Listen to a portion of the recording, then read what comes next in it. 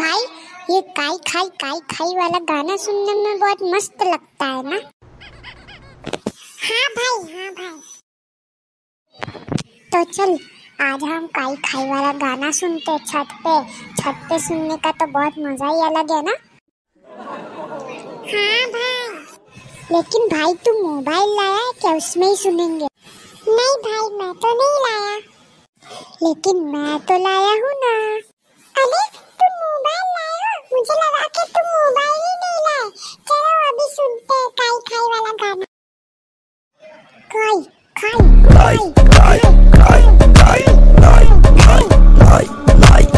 अरे मेरा पैर फिसल गया।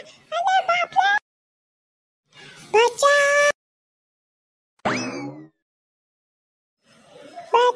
बचाओ बचाओ।